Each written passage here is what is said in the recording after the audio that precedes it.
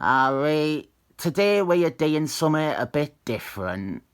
We are talking about something very important to me, and that is interracial urban dance groups. I mean, it's an unboxing. It is big, it is probably an omnibus. I have had this sat waiting to be unboxed for over a month. 12th of the 1st, that is when it came. I think it is a Hulk one. This is Knights of Penzance, the Omnibus.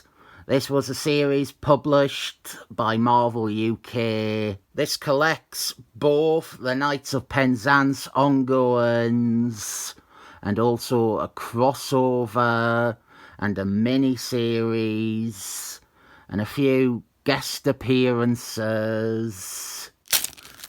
This is the main cover, thankfully. I was afraid that I was going to get the other cover, which has the ugly redesigns on it. Love the spine.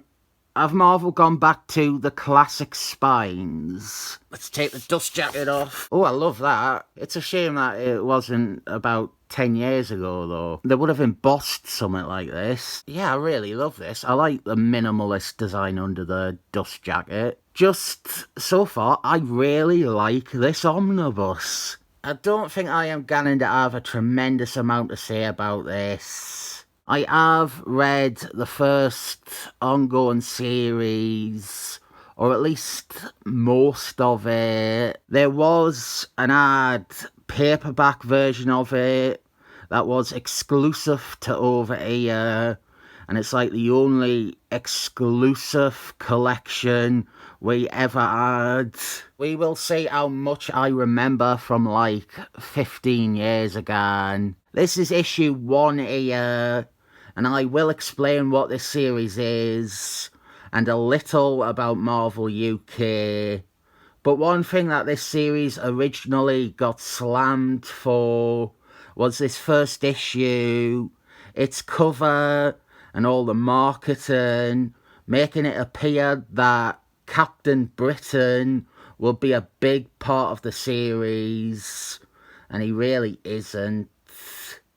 The first story does have strong ties to Captain Britain, and the Star is one of his supporting characters.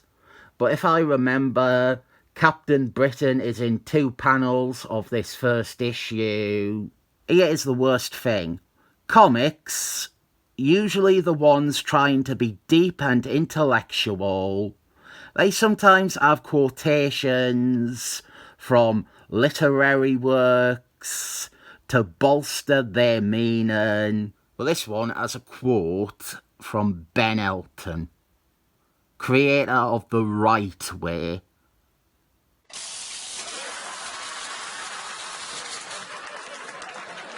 Sorry.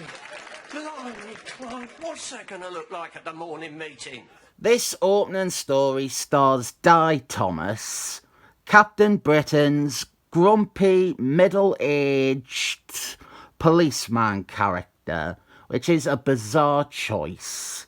And here is that appearance of Captain Britain, 2 panels. The story sees Di Thomas embark on a campaign across the country, empowered by the spirit of Gawain from King Arthur times.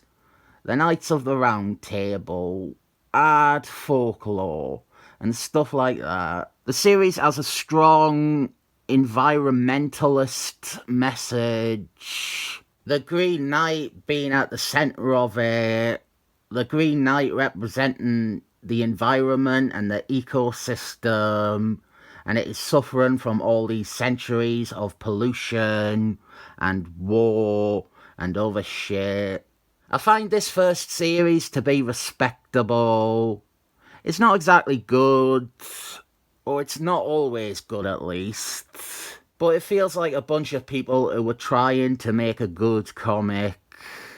And the distinction of it being a Marvel UK comic isn't really important to the discussion of its quality. This isn't a half-arsed well, nobody is going to read this mentality. This is people trying and not always succeeding, but it feels like a real comic. It is just as valid as anything the main Marvel office were putting out at the time. I will talk about Marvel UK now, because this was the first ongoing series published by the retooled Marvel UK in the 90s. This series was followed by an entire line of comics, and as always is the case with Marvel, they oversaturated the market with tat, and the Marvel UK line was abandoned within a few years. This was the 90s though, and before this there had been original Marvel UK stuff too. Marvel UK started in the 70s, and they did do new content again with their reprints of American comics. We had Captain Britain, obviously, the Dark Knight stories, there were Hulk ones, there was Night Raven. The thing all these had in common were they were not full length, they were 4 to 6 page segments, and usually in black and white.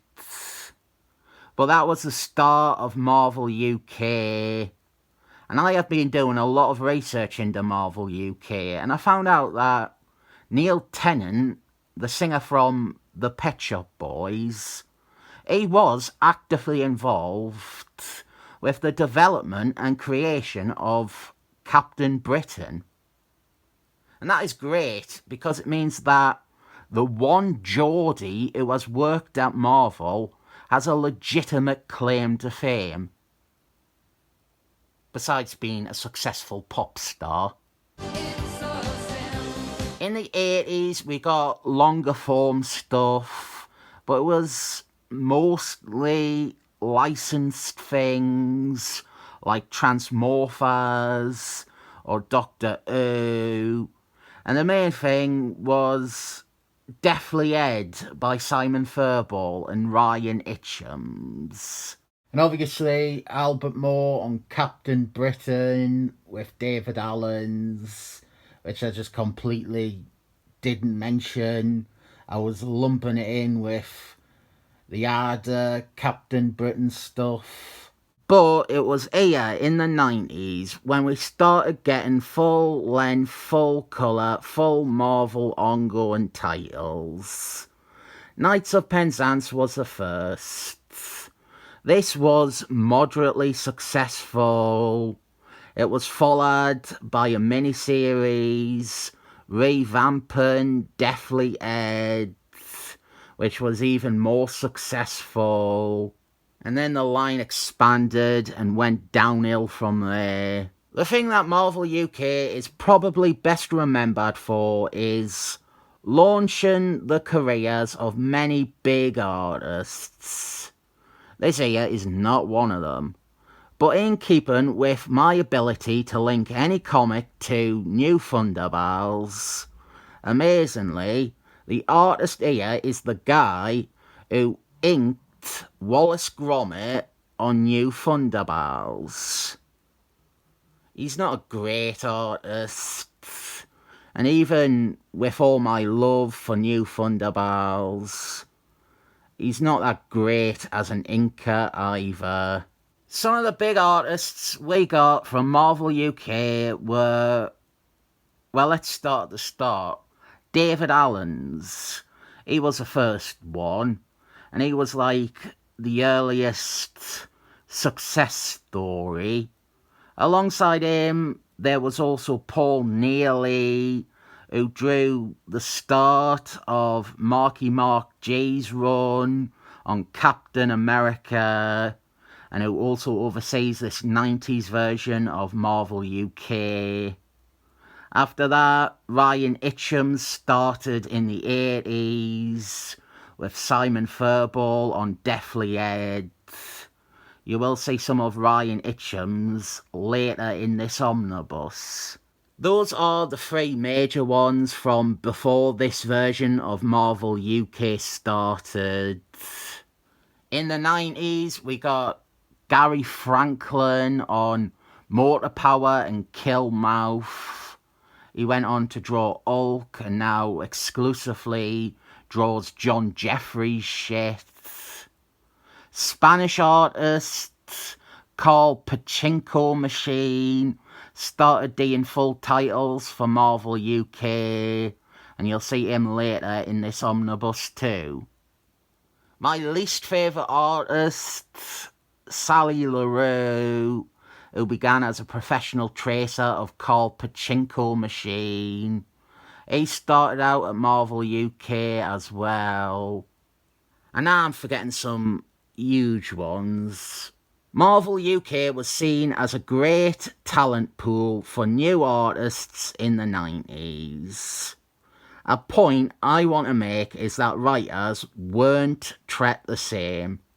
Dan Andy, who writes this and wrote about 60% of the Marvel UK line, he is the only major writer they took and gave American comics to. Nearly everyone else fell to the wayside. Obviously, there are a lot of British writers in comics now. Sadly, most of them are cynical wankers who hate superheroes. But that Marvel Comics didn't seem to respect the writers working on their UK titles enough to try them on American titles is something that bothers me greatly. It bothers me as much as the fact that there has never been a Geordie, besides Neil Tennant, anywhere near a Marvel comic. There is not a Geordie character at Marvel, and as far as I can tell, there has barely been a Marvel comic that has even acknowledged Newcastle. I remember a Christopher Clairvoyant one did. I think it was an issue issue of Excalibur, and Newcastle was depicted like the cover to Animals by Pink Floyd. I am still incredibly bitter about DC missing Albert Moore's intention that Johnny Constant was a Geordie. Newcastle and the northeast of England are poorly represented by comics, and that is why they should give me a job writing Captain America in Perpetua. Right, let's talk about this some more. This issue I reviewed, and I committed treason in the video, but something a different thing I mentioned in that video was Captain Britain's role in this series and what happens to it. The plan clearly was Captain Britain would remain a factor in the title. He wouldn't be a main star as people seem to expect, but he would be a supporting character. He has his own ties to King Arthur and Merlin, so it makes sense that he would be involved here. I would also like to note, even though this series centres on that sort of stuff, Darth Knight is not only nowhere to be seen, but he isn't even acknowledged. That would genuinely be my biggest criticism of it. That they overlooked a relevant character that shockingly fits into this world, but still have fucking guest appearances from Iron Man and Black Panther.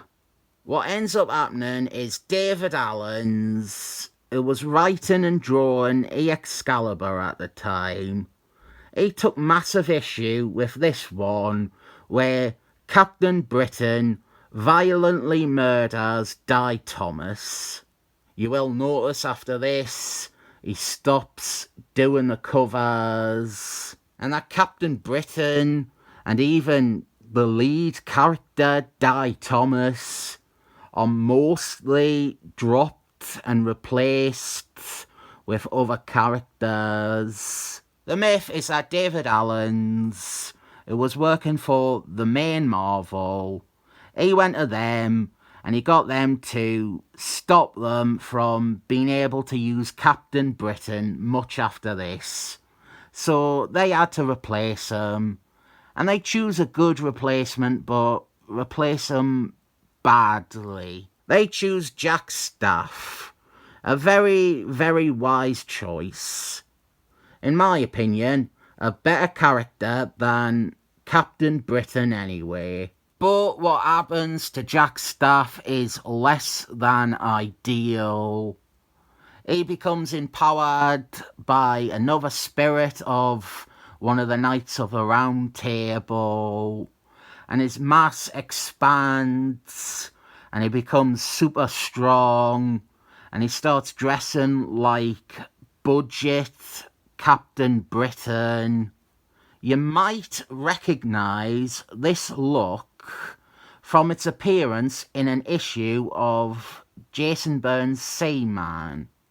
That was one of the few times an American Marvel title acknowledged the Marvel UK books. Well, besides David Allen's trying to retcon this series as not even being canon, that would be another reason for the downfall of Marvel UK. The Americans really didn't give a shit what was going on. We will come to one big thing in this omnibus, but virtually 90% of these Marvel UK characters have no use outside of the Marvel UK books. When they do, it is usually because their artist or their creator is working on a US title and includes them. This second story is actually, in my opinion, better than the first. The focus shifts. Di Thomas is pushed to the background. No idea why they did that. We have a clear bad guy with Grace here, a sexy businesswoman, and the Bane. Jack Staff fights Iron Man. We get a new character called Albion, and I really like Albion. Albion is, at his core, yet another riff on Captain Marbles, the real one, Biffy Baston. Except this time, the Biffy Baston has grown harder over the years. And now it's the case that his Captain Marbles form is younger than him. My favourite thing is maybe the interactions between Jack Staff and Captain Britain. We didn't get to see much of it though. And it never ceases to amaze me that Marvel have these two British flag wearing heroes, and they both represent different sides of Britain, and they hardly ever interact. The first series is respectable. You can view this as one of Marvel's countless attempts to ape Vertigo, and it does feel that way, but it feels quite earnest in its mimicry. If you're going to have a Vertigo rip-off, this is about what it would be like.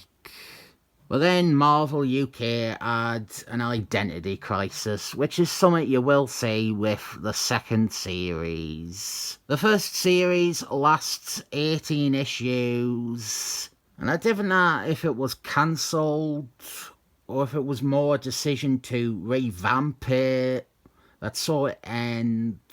It is not a great series, but it's got some creativity and some passion behind it. Whereas the second series dumps nearly all the ideas from the first series to remake the characters as generic Marvel superheroes. When Marvel UK expanded, you could see that the artistic intention was gone. Now it was plainly trying to copy the American comics. And they were so unsure of themselves that almost every Marvel UK series had a big name guest star. Iron Man here, Spider-Man later, loads and loads of excellent men appearances in Marvel UK. Marvel UK were putting out what felt like 1 billion titles at once, and something that did have an identity once, like Knights of Penzance, totally lost its identity to become a shallow bootleg Marvel team. I have not read the second series because of that, but it looks like they actually have taken my criticism on board. I don't know if Dark Knight is in it much, or if it's just these 2 pages. With Captain Britain gone, David Allens comes back to do covers and painfully redesigns the team. Jack Staff's design in particular is atrocious. He is the one that looks like a quarterback. That I have to point out which one he is says everything I need to say about these designs. Albion, his new design isn't good either, because it obscures the main thing about him. That his superhero form is younger than his real self. Now with this armour, where all you can see is his face, you've got no inkling of that. As I said, I have not read this second series.